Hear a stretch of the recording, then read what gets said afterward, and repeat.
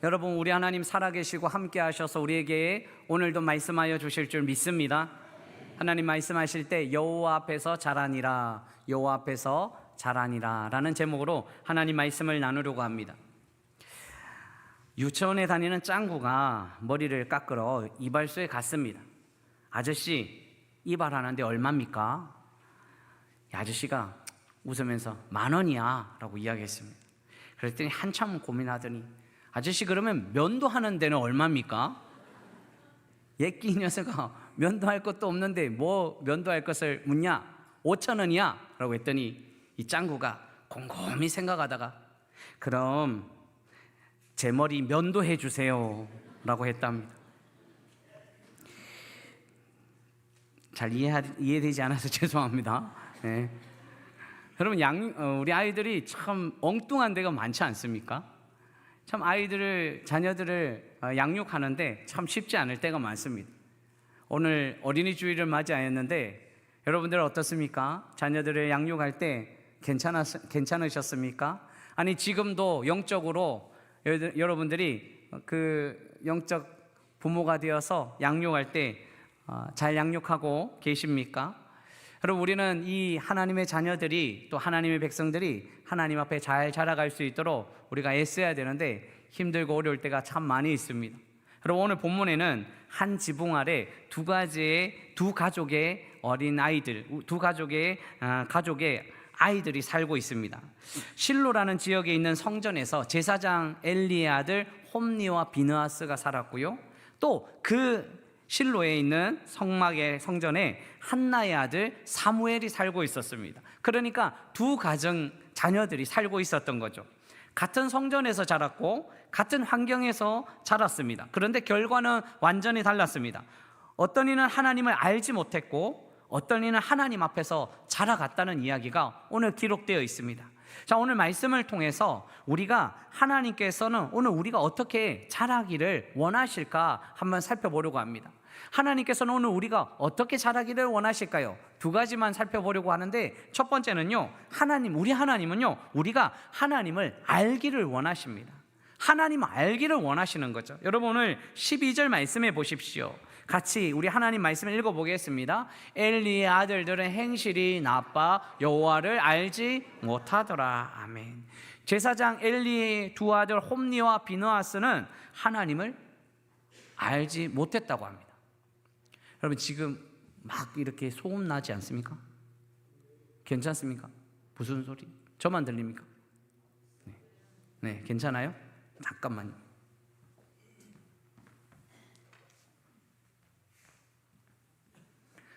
제가 그랬네요. 선풍기에서 소리가 났습니다. 네, 다시 합니다. 하나님 어떻게 자라기를 원하시는가? 그것은 바로 하나님 알기를 원하시는데, 오늘 본문에 보면 엘리 아들들은 행실이 나빠서 여호와를 알지 못했다고 이야기합니다. 하나님 알지 못했다, 너무 이상하지 않습니까? 홈니와 비느하스는 제사장의 아들들입니다. 여러분, 성전에서 자란 사람입니다. 성전에서 오랫동안 기거하고 그렇게 제사 예배를 드렸던 사람들입니다. 그런데 여기서 알다라는 이 말은, 여호와를 알지 못했다는 이 알다라는 이 말은요, 히브리어 단어 야다라는 단어를 쓰고 있는데 경험적으로 아는 것입니다. 그러니까 지식적으로는 알았는데 경험적으로는 하나님을 몰랐다는 뜻이죠. 사실 하나님은 하나님을 만나는 통로, 하나님을 알게 하는 통로가 바로 예배를 통해서 하나님 알게 하십니다. 지식으로만, 공부로만 하나님을 아는 것이 아니라 예배를 통해서 하나님을 만나가야 되는데 예배를 통해서 하나님을 알지 못했다는 거죠. 예배를 드리면서 하나님이 어떤 분이신지 알아가야 되고 하나님이 어떻게 역사하여 주시는지 알아가야 되는데, 하나님을 경험해야 되는데 경험하지 못할 때가 많이 있죠. 여러분, 음식 먹을 때 그렇지 않습니까? 사진에는 음식을 보면 와, 맛있겠다, 이거 좀 괜찮을까? 이런 생각이 들지만 직접 먹어보면 보는 것과 지식으로 아는 것과 그리고 먹어보는 것은 완전히 차이가 있는 거죠. 사람도 그렇습니다. 사람도요, 그냥 그 사람 보면 그냥 알 것 같은데 그 사람을 만나보면 이 사람이 어떤 사람인지 알게 되는 경우가 많습니다. 하나님도 그렇습니다. 우리 하나님을 지식으로만 아는 것이 아니라 하나님을 예배 드릴 때 하나님이 어떤 분이신지 알아가는 그 과정을 우리에게 허락하여 주신 거죠. 예배하다 보니까 우리 하나님은 들어주시는 하나님이셨습니다. 예배하다 보니까 사랑으로 우리를 안아주신 분이십니다.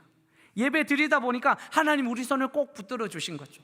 예배 드리다 보니까 우리 하나님 우리와 함께 하신 것을 알게 하여 주셨습니다. 사랑하는 성도 여러분, 오늘 이 예배를 통해서 하나님을 경험하시기를 주님의 이름으로 축원합니다. 그러므로 엘리의 두 아들이 이 홈니와 비느하스가 하나님을 알지 못하였다, 이 말은요, 예배를 예배답게 드리지 못하였다는 뜻입니다. 여러분, 그 이유가 있습니다. 사무엘상 2장 17절 오늘 본문에 여러분 같이 한번 읽어보겠습니다. 이 소년들의 죄가 여호와 앞에 심히 크면 그들이 여호와의 제사를 멸시하고, 예배 안에서 하나님을 경험하지 못한 이유는 여호와의 제사를 멸시했다. 여러분, 여기서 멸시하다는 이 원문의 나아츠라는 단어는 눈 아래 두다라는 뜻입니다. 그러니까 예배를, 제사를 자신의 눈 아래 둔 거죠. 이스라엘 사람들, 어떤 사람들보다 이 홈니와 비느하스는 성전에서 머물렀고 지식적으로는 가장 많이 알고 있었지만 이들이 제사를 대하는 태도, 예배를 대하는 태도는 자신들의 눈 아래 두었다는 이야기를 하고 있습니다. 예배에서 경멸하는 눈으로 자신들보다 더 낮은 자세로 예배를 바라보니, 제사를 바라보니 하나님을 만날 기회가 없게 됩니다. 예배를 멸시하니 구체적인 방법, 구체적으로 어떻게 살아났는지를 그 이유 오늘 본문에서 알려주고 있습니다. 제사를 드리는데 사환에게 시킵니다. 어떤 사람의 재물을 가져오게 합니다. 그 재물 지금 막 삶고 있는데 3살 갈고리로 긁어서 걸리는 만큼 다 가져오라는 거예요. 하나님 그렇게 명령하지 않으셨는데도 그렇게 가져오라는 거예요. 아니, 기름에 태우기도 전에, 그것은 기름에 태우는 거 하나님께 드리는 거거든요. 태우기 전에 날 것을 또 자기 것들로 취하고 있습니다. 예배를 멸시하는 태도, 눈 아래 두다. 자신의 방법으로 예배하는 태도. 우리의 마음이 하나님께 온전히 가 있어야 되는데 그 예배를 바라볼 때 경멸하고 또 자신의 아래로 둘 때 하나님을 만날 수 없는 거죠. 하나님은 이들의 죄가 여호와 앞에 심히 컸다라고 평가하십니다. 사무엘상 2장 17절에 이 소년들의 죄가 여호와 앞에 심히 크다는 거예요. 그러니까 예배를 통해서 하나님을 만나지 못하고 예배를 자신의 눈 아래 두고 경멸하는 자를 하나님은 심히 죄가 크다라고 이야기하고 계십니다. 예배를 드리지 않아서 하나님을 모르는 것이 아닙니다. 예배는 잘 나옵니다. 성실하게 예배 나옵니다. 하나님을 몰라서가 아닙니다. 지식적으로는 하나님을 압니다. 교회도 열심히 다닙니다. 그런데 예배를 멸시하면, 존중하는 태도가 하나님 앞에 없다면 하나님을 만날 수 없게 되는 거죠. 여러분, 홈니와 비느하스가 성전에서 그렇게 오래 지내면서 그렇게 하나님의 지식을 알면서도 하나님을 만나야 되는데 왜 이렇게 만나지 못했을까요? 지식은 알는데, 열심히 신앙생활을 하는데, 열심히 예배는 드렸는데, 그런데 왜 하나님을 경험하지 못했을까? 그것은 바로 홈니와 비느하스의 문제는 모델이 잘못되었기 때문입니다. 모델이 엉망입니다. 홈니와 비느하스의 본은 엘리였거든요. 아버지 엘리요. 엘리가 어떤 삶을 살았는지 사무엘상 3장 2절에서 3절에 이렇게 우리에게 알려주고 있습니다. 같이 하나님 말씀을 읽어보겠습니다.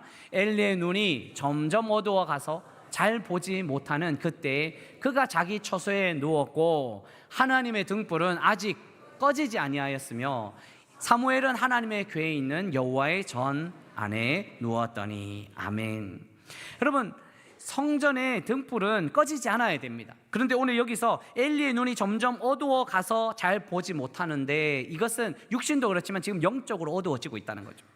그때 그가 자기 처소에 누웠다는 거예요. 왜 누웠다는 것이 잘못된 것이 아니라 문제는 3절에 하나님의 등불은 아직 꺼지지 아니한, 하나님의 등불은 아직 꺼지지 않았는데 엘리는 그 빛 가운데 깨어있지 않았다는 거예요.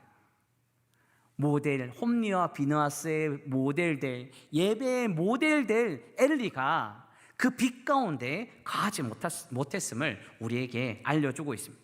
여러분, 원래 타락은 한꺼번에 확 타락되는 것이 아니에요. 제가 아끼던 사과가 있었습니다. 너무 맛있게 생긴 사과였어요. 그런데 그 사과에 흠집이 하나 있었어요. 근데 약간의 곰팡이가 있더라고요. 요거를 좀 도려내서 먹어야지, 이런 생각을 가지고 있었지만 갑자기 제가 사과를 잊어버린 채 며칠이 지나고 말았습니다. 그러다가 사과가 떠올랐습니다. 맛있는 사과 먹어야지. 봤는데요, 그 썩어의 작은 곰팡이가 이 시간이 지나면서 완전히 그 사과가 곰팡이가 다 펴 있는 것을 보았습니다. 아니, 곰팡이가 조금만 폈는데 조금씩 퍼져가면서 완전히 부패된 모습 보면서요, 타락이 이렇구나. 부모 세대가 약간 타락했는데 자녀 세대는 조금 더 타락하고요, 그 다음 세대는 완전 멸망할 정도로 타락하는 모습을 보여주고 있는 거죠. 엘리가 하나님의 등불이 아직 꺼지지 않은 상태에서 그 빛 가운데 있지 않았지만 그 다음 자녀들은요, 자신의 재물도 아닌 것을 취하면서, 그리고 또 하나님의 방법대로 살지 못하고, 오늘 본문 이후에는 성막에서 수종도는 여인들까지 동침하는 이런 죄악을 범하고 있습니다. 어찌 하나님의 제사장의 아들로서 할 수 없는 일들을, 아니 사람으로 할 수 없는 일들을 이렇게 할 수 있었을까요? 모델이 잘못되었기 때문입니다. 원래 타락은 이렇게 흘러가고 있습니다. 하나님의 성전에서 그냥 시간 보낸다고 하나님을 아는 것이 아닙니다. 그래서 우리는 모델로서의 삶을 잘 살아가야 됩니다. 이런 말이 있죠. 자녀들은 말을 배우기 전에 부모의 태도를 배운다. 말을 배우기도 전에 부모의 태도를 배운다고 이야기하고 있습니다. 하나님을 어떻게 대하는지, 사람들에게 어떤 말을 하는지, 예배를 어떻게 드리는지 다 보고 있다는 거예요.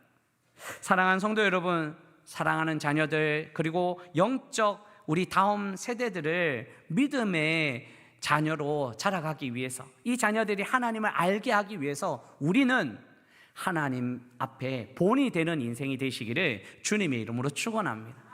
그래서 하나님은 어떻게 살기를 원하시냐면 하나님을 알기를 원하십니다. 두 번째요, 하나님께서 오늘 우리가 어떻게 자라가기를 원하시냐면요, 하나님을 알 뿐만 아니라 하나님 앞에 자라가기를 원하시는 거예요. 하나님 앞에 자라가기 원하는 거예요.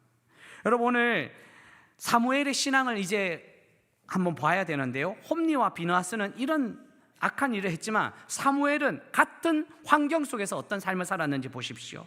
사무엘상 2장 21절 오늘 본문인데요, 여러분 같이 하나님 말씀을 읽어보겠습니다. 여호와께서 한나를 돌보시사 그로 하여금 임신하여 세 아들과 두 딸을 낳게 하셨고 아이 사무엘은 여호와 앞에서 자라니라. 아멘. 여호와 앞에서 자라니라. 사무엘의 영적 비밀이 바로 여기 있습니다. 사무엘은 하나님 앞에 자랐습니다. 환경에서 자라간 것이 아니라 하나님 앞에서 자라간 것. 사랑하는 성도 여러분, 환경에서 자라가는 것이 아니라 우리는 하나님 앞에 자라가야 될 줄 믿습니다. 우리의 환경이 어떤 어려움과 힘든 일이 있을지라도 우리는 하나님 앞에 자라갈 수 있어야 됩니다. 삶의 환경이 그다지 좋지 못하였습니다. 사무엘 환경이요, 좋지 못할 정도가 아니라 신앙적으로 보면 최악의 상황이었습니다. 왜냐하면 사무엘 앞에 홈리와 비느하스가 살고 있었기 때문입니다. 부모님도 곁에 없었습니다. 사무엘이 어떻게 무너지지 않을 수 있었을까요? 이 정도 환경이면요, 사무엘 금방 무너지지 않겠습니까? 금방 흡수되지 않을까요? 사무엘도 금방 다 이렇게 영적으로 타락할 수 있는 그런 환경이었잖아요.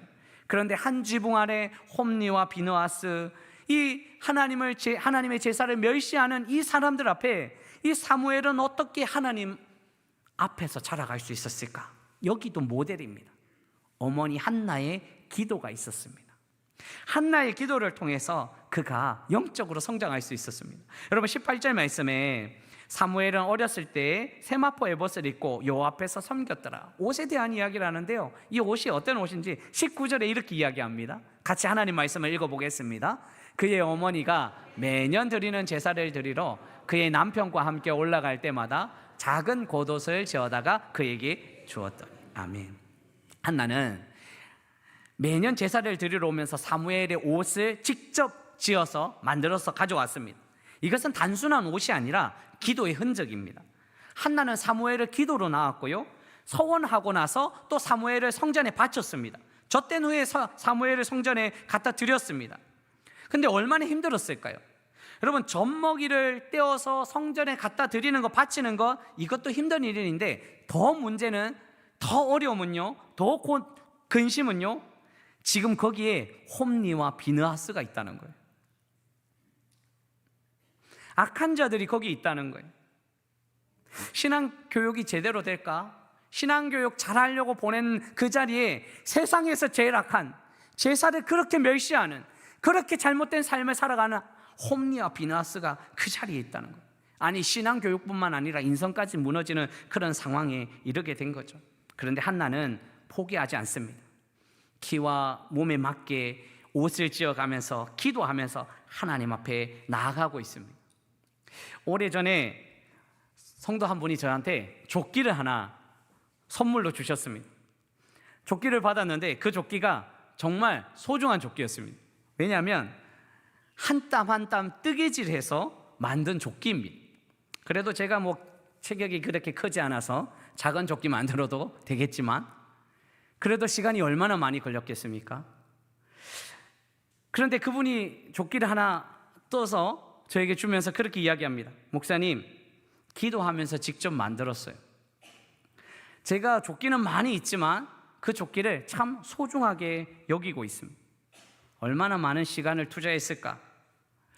아무것도 아닌 나를 위해서 어떻게 조끼를 그렇게 한 땀 한 땀 뜨면서 조끼를 만들었을까? 얼마나 많이 기도드렸을까? 저는 생각했습니다. 이것은 조끼 옷이 아니라 그분의 기도였다.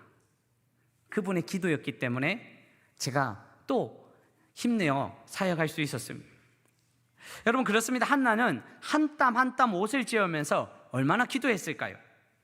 하나님, 제 아들 지금 악한 무리 속에 있습니다. 성전 안에 있지만 환경은 참 어렵습니다. 하나님 지켜주셔야 됩니다. 하나님 도와주셔야 됩니다. 하나님 도우시지 않으면 그 환경에 그냥 휩쓸려 갈 수밖에 없습니다. 여러분, 우리는 세상을 염려할 때가 너무나 많습니다. 아이들이 물들까 봐, 자녀들이 하나님의 뜻 안에 거하지 못할까 봐, 악한 사람 만날까 봐 얼마나 두려워합니까? 제가 우리 아이들이 어렸을 적에 최대한 스마트폰을 늦게 사주려고 노력한 사람입니다. 정말. 그래서 아빠, 친구들 다 스마트폰 있어요. 그래도 아빠를 팔아서 스마트폰을 사라, 이렇게라도 이야기하면서 계속 스마트폰을 안 사줬어요. 그런데 교회에서 예배 드리는 모습을 잠깐 봤는데, 예배 어떻게 드리는가 한번 내려가서 봤는데요, 이 아이가 이 예배를 제대로 드리는 것이 아니라 다른 친구들 게임할 때 이제부터 구걸하기 시작하는 거예요. 내가 이거 할게, 나 한 번만 시켜줘. 먹고 싶은 거 있으면 나에게 말해. 내가 다 준비해 줄게. 내가 스마트폰, 내가 게임할게. 제가 억장이 무너지면서 아무리 세상 환경을 내가 만들어 가려 해도 참 쉽지 않구나. 어떤 성도들은요, 목사님, 우리 아이 초등학교, 중학교, 고등학교 다 기독교 학교 보냈어요. 그래요? 정말 좋았겠네요. 또 하는 이야기가 있어요. 그런데 그 아이가 온실아니었어요. 대학교 가니까, 제가 좋은 환경 만들려고 애썼는데요, 대학교 가니까 다 무너지더라고요. 여러분, 우리 부모는요, 다 좋은 환경 만들어줄 수 없습니다. 세상이 너무 악한 세대가 되어서 우리는 그 환경 다 만들어줄 수가 없는 것이죠. 그런데 정말 중요한 것을 오늘 하나님 우리에게 말씀하십니다. 환경보다 더 중요한 것은 부모의 기도라는 거죠. 한나의 기도가 있었기 때문에 사무엘에게 지어 입은 이 세마포 옷이 사무엘의 마음을 방어할 수 있는 힘이 되었습니다.